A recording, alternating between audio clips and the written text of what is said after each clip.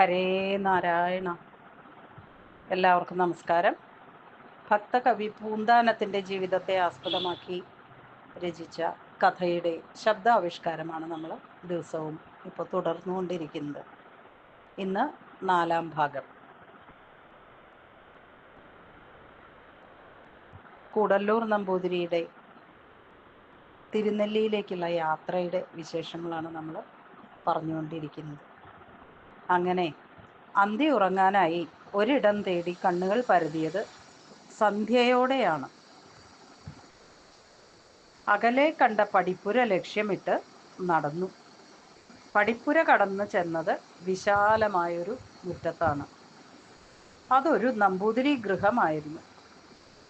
പൂമുഖത്തെ ചാരുകസേരയിൽ ഗൃഹനാഥൻ നമ്പൂതിരി ഇരിക്കുന്നുണ്ട്. പടിപ്പുര കടന്നു മുറ്റത്തോളം വന്നു നിൽക്കുന്ന പഥികൻ ബ്രാഹ്മണനെ ഗൃഹനാഥൻ നമ്പൂതിരി കണ്ടു. ദൂരെ യാത്ര ചെയ്യുന്ന പഥികന്മാർ ഇടത്താവളമാക്കുന്ന ഒരില്ലമായിരുന്നു അത്. അതുകൊണ്ട് തന്നെ അദ്ദേഹം ആഗത ബ്രാഹ്മണന്റെ ലക്ഷ്യമെന്താണെന്ന് ചോദിച്ചതുമില്ല. കയറി വന്നോളൂ. കൂടല്ലൂർ നമ്പൂതിരി പാദം ശുചിയാക്കി പൂമുഖത്തേക്ക് കയറി. യാത്ര വടക്കോട്ട. പീഠത്തിലിരിക്കുന്നതിനിടെ കൂടല്ലൂർ നമ്പൂതിരി പറഞ്ഞു. കുളിയും സന്ധ്യാവന്ദനവും കഴിഞ്ഞ് തിരിച്ചെത്തിയ കൂടല്ലൂർ നമ്പൂതിരി ഗൃഹനാഥൻ നമ്പൂതിരിയോടൊപ്പം അത്താഴം കഴിച്ചു.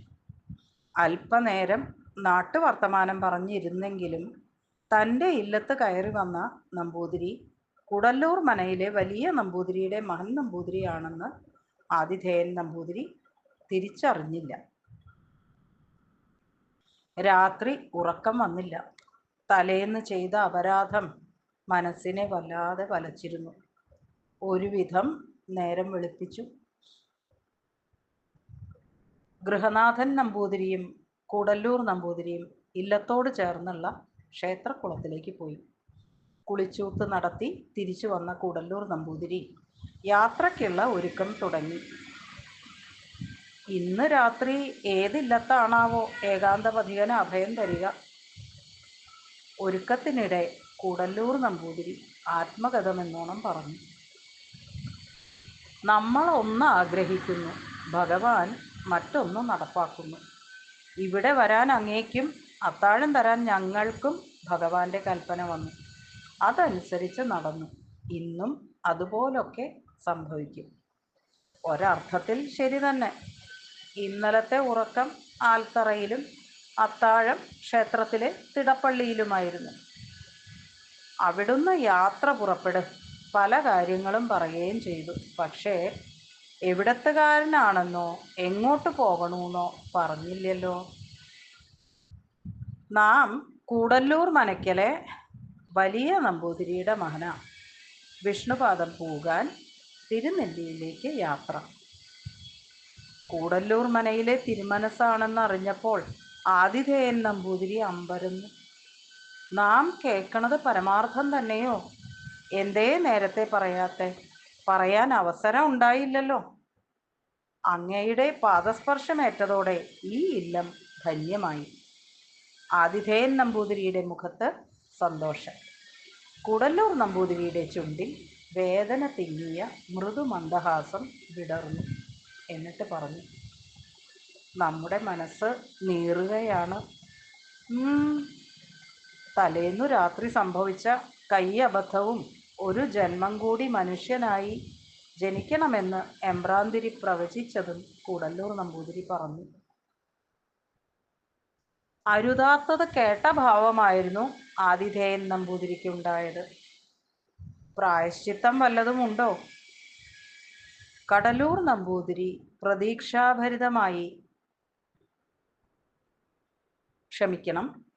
കൂടല്ലൂർ നമ്പൂതിരി പ്രതീക്ഷാഭരിതമായി ആതിഥേയൻ നമ്പൂതിരിയോട് ചോദിച്ചു. ഗൃഹസ്ഥൻ നമ്പൂതിരി അല്പനേരത്തെ ചിന്തയ്ക്കൊടുവിൽ പറഞ്ഞു, അങ്ങിനി എവിടേക്കും പോകണ്ട. വേഗം ഇല്ലത്തേക്ക് മടങ്ങുക. വൈകിക്കരുത്.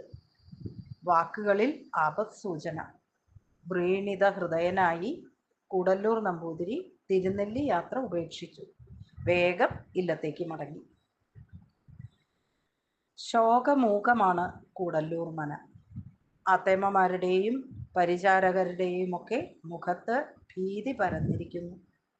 സ്വാസ്ഥ്യം തകർന്ന വലിയ നമ്പൂതിരി പൂമുഖത്ത് ഉലാത്തുകയും ഇടയ്ക്കിടെ മുറ്റത്തേക്ക് കണ്ണു വായിച്ച് പാരിജാത വൃക്ഷത്തിന്റെ നിഴലു നോക്കി സമയം ഗണിക്കുകയും ചെയ്തുകൊണ്ടിരുന്നു. മകൻ ചെയ്ത അപരാധം മോക്ഷത്തിലേക്കുള്ള ഗതി അടച്ചു. ഇനി ഒരു മനുഷ്യജന്മം കൂടി അവൻ ജീവിച്ചു തീർക്കണം. മനയിൽ മരണഗന്ധം വമിക്കുന്നു. ഏതു നിമിഷവും അത് സംഭവിക്കും.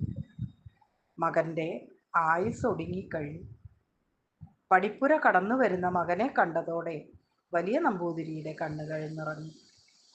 മുഖത്തെ മാംസപേശികൾ വലിഞ്ഞു മുറുകി.